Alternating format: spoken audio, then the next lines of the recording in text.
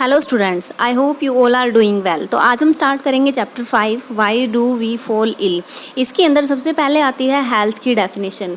तो हेल्थ का मतलब ये नहीं है कि एक पर्सन डिजीज़ फ्री है, ठीक है। अगर डिजीज़ फ्री है तो इसका मतलब ये नहीं है कि वो पर्सन कम्प्लीटली हेल्दी है। तो WHO मतलब वर्ल्ड हेल्थ ऑर्गेनाइजेशन ने हेल्थ की डेफिनेशन दी थी, जिसमें उन्होंने बताया था कि health is a state of complete physical, mental and social wellbeing and not merely the absence of disease.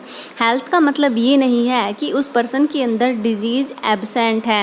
Health का मतलब होता है फिजिकली फिट हो वो पर्सन, मेंटली भी फिट हो, as well as he is socially fit. मतलब एक बंदा है, वो पर्सन है, वो फिजिकली भी फिट दिख रहा है, मेंटली भी उसका जो मेंटल स्टेटस है वो भी फिट है, और वो सोशली मतलब एक समाज के अंदर भी अच्छे से बिहेव करे, तभी उसको कंप्लीट हेल्दी कहा जाता है। वर्ल्ड हेल्थ ऑर्गेनाइजेशन जितनी भी जो हमारी हेल्थ से रिलेटेड जितनी भी प्रॉब्लम्स होती है, वर्ल्ड वाइड जो भी प्रॉब्लम्स होती हैं, उन सबको रिकॉग्नाइज करने वाला, उन सबको आइडेंटिफाई करने वाला, उन सबको डिक्लेयर करने वाला ऑर्गेनाइजेशन और उनकी डेफिनेशन देने वाला ऑर्गेनाइजेशन वर्ल्ड हेल्थ ऑर्गेनाइजेशन है।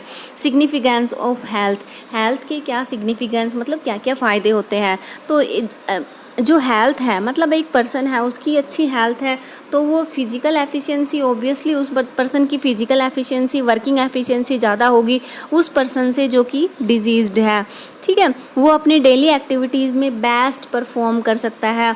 दूसरी चीज़, वो अगर एक बच्चा, एक चाइल्ड हेल्दी है then he can study well, sports में अच्छी एक्टिविटी कर सकता है। एक्स्ट्रा करिकुलर एक्टिविटीज़ का मतलब पढ़ाई के अलावा जो एक्टिविटीज़ होती हैं उनको कर सकता है। एक हेल्दी पर्सन है, वो लाइफ के हर स्पेयर के अंदर, हर पार्ट में हैप्पी रहता है, प्रोग्रेस कर सकता है और सक्सेसफुल होता है।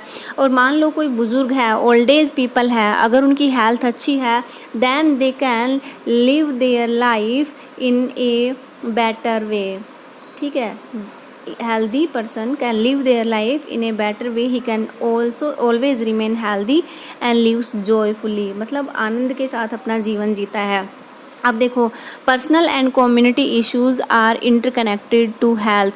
कम्युनिटी इश्यूज़ का मतलब होता है हम एक समाज के अंदर रहते हैं, मान लो हम एक सोसाइटी के अंदर रहते हैं, उस कम्युनिटी के अंदर जो भी इश्यूज़ होंगे, चाहे वो इकोनॉमिक इश्यूज़ हो, चाहे वो सोशल इक्वालिटी एंड हार्मोनी हो, मतलब आपस में भाईचारा हो, चाहे वो हाइजीन हो एक कम्युनिटी की, वो हमारे हेल्थ पर डायरेक्टली इम्पैक्ट डालती है। मतलब जिस टाइप के सोशल एनवायरनमेंट में हम रहते हैं, जो हमारे आसपास होता है एनवायरनमेंट, वो हमारी हेल्थ को रेगुलेट करता है, ठीक है। मान लो हमारी सोसाइटी के बाहर, हमारी कम्युनिटी के बाहर बहुत ज़्यादा गार्बेज है, कूड़ा कचरा है, then it will greatly impact on our health, ठीक है। तो सोशल एनवायरनमेंट सिर्फ सोशल हेल्थ के साथ रिलेटेड नहीं होता, बट हमारी फिज़िकल हेल्थ के साथ भी रिलेटेड होता है, और साथ के साथ पब्लिक हेल्थ सर्विसेज का इसमें बहुत इम्पोर्टेंट रोल होता है। पब्लिक हेल्थ सर्विसेज के बारे में हम अभी पढ़ेंगे। अब और कौन से फैक्टर्स हैं, economic condition, social equality and harmony, personal hygiene, ये भी हमारी हेल्थ को इन्फ्लुएंस करते हैं। इन्फ्लुएंस का मतलब बढ़ावा देना, चाहे वो अच्छी अगर कंडीशंस हमें मिलती हैं तो हमारी हेल्थ है वो अच्छी होगी, अगर कंडीशंस अच्छी नहीं मिलती, अगर किसी की इकोनॉमिक कंडीशन अच्छी नहीं है तो वो अच्छी हेल्थ मतलब अच्छे खाने को अप्रोच नहीं कर सकता, परचेज़ नहीं कर सकता। और अगर सोशल इक्वलिटी नहीं है, एक सोसाइटी के अंदर भाईचारा नहीं है, आपस में लोग लड़ते झगड़ते हैं, तो वो भी हमारी हेल्थ को डैमेज करता है। और पर्सनल हाइजीन तो मोस्ट इम्पोर्टेंट है ही है। तो अब आते हैं पब्लिक हेल्थ सर्विसेज पे। पब्लिक हेल्थ सर्विसेज वो एजेंसीज, वो इंस्टीट्यूशंस होते हैं जो हमारे एनवायरनमेंट, जो हमारा आसपास का एनवायरनमेंट होता है, जैसे म्यूनिसिपल होती है ना, म्यूनिसिपल बोल सकते हैं, नगर पालिका बोल सकते हैं, या गांव के अंदर जो एक पंचायत वगैरह होती है, ठीक है, इन सबको पब्लिक हेल्थ सर्विसेज बोलते हैं।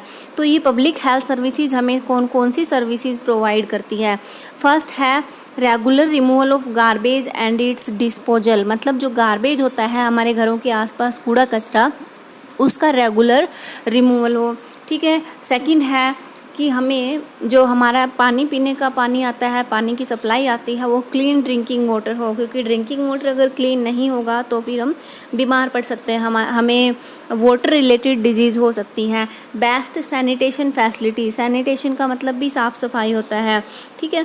प्रॉपर केयर होनी चाहिए। एक सीवेज डिस्पोजल सिस्टम होता है कि एक प्रॉपर सीवेज डिस्पोजल सिस्टम होना चाहिए, ठीक है। उसके बाद है elimination of mosquito breeding sites, मतलब अगर मान लो कहीं पे गड्ढे हैं और बारिश आ जाती है तो उसमें पानी भर जाएगा, तो उस पानी के अंदर मॉस्किटोज़ ब्रीड कर सकते हैं, ठीक है। तो मॉस्किटोज ब्रीडिंग साइट्स को एलिमिनेट करने का काम भी पब्लिक हेल्थ सर्विसेज का है।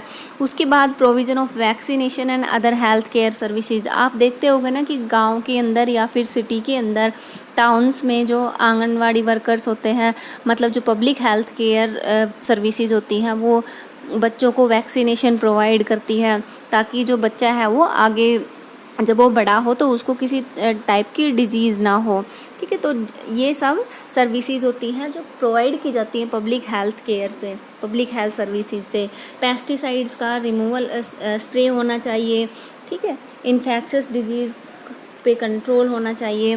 उसके बाद आते हैं इकोनॉमिक कंडीशन पे।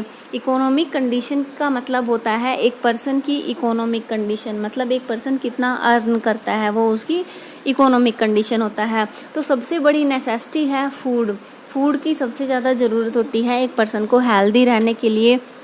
तो अगर हमारे पास पैसा होगा तो ही हम मार्केट से फूड परचेज कर सकते हैं, और मनी को हम कहाँ से लाते हैं, हमें वर्क करना पड़ता है तब हमें मनी मिलती है। सो अगर लोगों को अपॉर्चुनिटीज़ नहीं मिलेंगी, ठीक है, वर्क करने के लिए अपॉर्चुनिटीज़ नहीं मिलेंगी, तो वो अपने लाइवलीहुड को, मतलब अपने जीवन यापन के लिए अर्न कहाँ से करेंगे।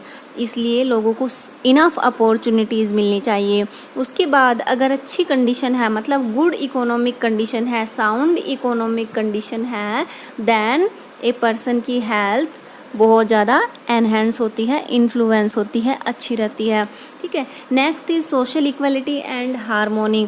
एक समाज के अंदर जो सोशल इक्वलिटी और कम्युनिटी के अंदर हार्मोनी, मतलब भाईचारा होता है, वो हमारी मेंटल एंड फिजिकल हेल्थ पे बहुत ज़्यादा इम्पैक्ट डालता है, ठीक है। तो हम अगर अपनी हैप्पीनेस और सोरोज़, अपने सुख और दुख दूसरों के साथ शेयर करते हैं, ठीक है, तो वो हम हैप्पी रहते हैं, हेल्दी रहते हैं। लेकिन अगर नहीं कर पाते और आपस में भाईचारा नहीं होता तो हम एक दूसरे को अच्छे से ट्रीट नहीं कर पाते, मिस ट्रीट करते हैं, यूँ कह सकते हैं, ठीक है। तो इस वजह से बहुत सारे कम्युनिटी इश्यूज़ भी हो सकते हैं, और कम्युनिटी इश्यूज़ की वजह से लोगों के बीच में डिसहार्मोनी हो जाती है, मतलब भाईचारा नहीं रहता, ठीक है, जिसकी वजह से लोगों की मेंटल और फिज़िकल हेल्थ अफेक्ट होती है। तो एक हार्मोनी और रिस्पेक्ट के अंदर ही हमारी जो अच्छी हेल्थ है वो सुनिश्चित होती है। नेक्स्ट है personal and domestic hygiene. Personal और डोमेस्टिक हाइजीन तो सबसे इम्पोर्टेंट पार्ट है हेल्दी रहने के लिए। तो अगर हम अपनी साफ़ सफाई नहीं रखेंगे, अपने आप को कीटाणु रहित नहीं रखेंगे, तो हम हेल्दी नहीं रह सकते। रेगुलर बाथिंग होनी चाहिए, ये सब कॉमन सी बातें हैं जो सबको पता है, ठीक है। अच्छे से बात करना, रेगुलरली टीथ को ब्रश करना, साफ़ सुथरे कपड़े पहनना, टाइम टू टाइम वैक्सीनेशन, ठीक है, ये सब इसेंशियल फैक्टर हैं जिन पे हमारी हेल्थ डिपेंड करती है। यहाँ पे हेल्थ वर्ड मिसिंग है, हेल्थ वर्ड आप अपनी नोटबुक के अंदर लिख लीजिएगा, ठीक है। रेगुलर एक्सरसाइज करनी चाहिए, रिलैक्स करना चाहिए और अच्छी नींद लेनी चाहिए, ये भी हमारी फिजिकल और मेंटल हेल्थ को बहुत इफ़ेक्ट करती है।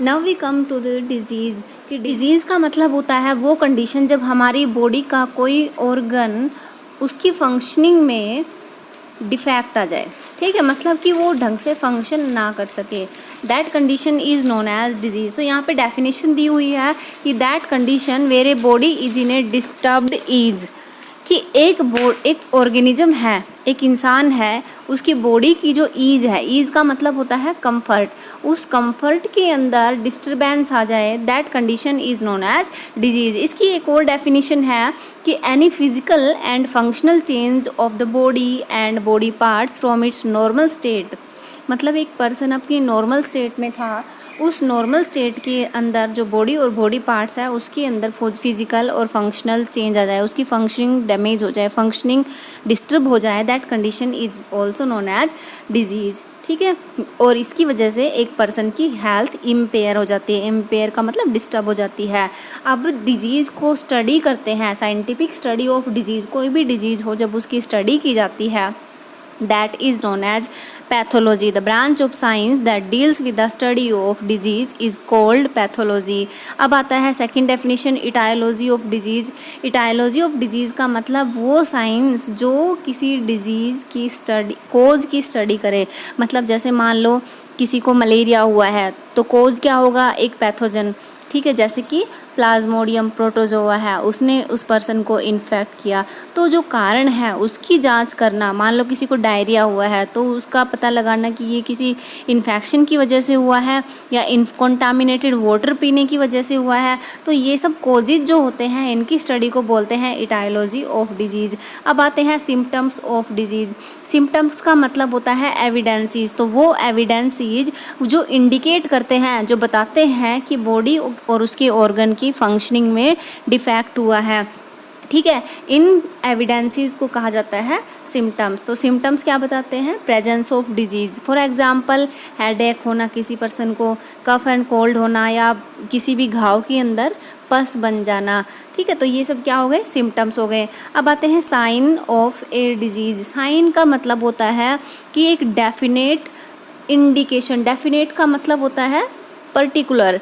ठीक है, सिम्टम में क्या था कि एविडेंस दिखा रहा था कि हाँ ये डिजीज़ हुई है। लेकिन अगर आप कहीं पे भी किसी डॉक्टर के पास जाते हो, किसी फिजिशियन के पास जाते हो, डॉक्टर के पास जाते हो, तो वो टेस्ट करता है लेबोरेटरी के अंदर, और जो फाइनल रिजल्ट मिलता है जिसकी वजह से पता चलता है कि हाँ रियल में ये डिजीज़ है, that is known as sign of a disease. ठीक है, वो डेफिनेट इंडिकेशन जो इन्फॉर्मेशन प्रोवाइड करता है presence of a particular disease.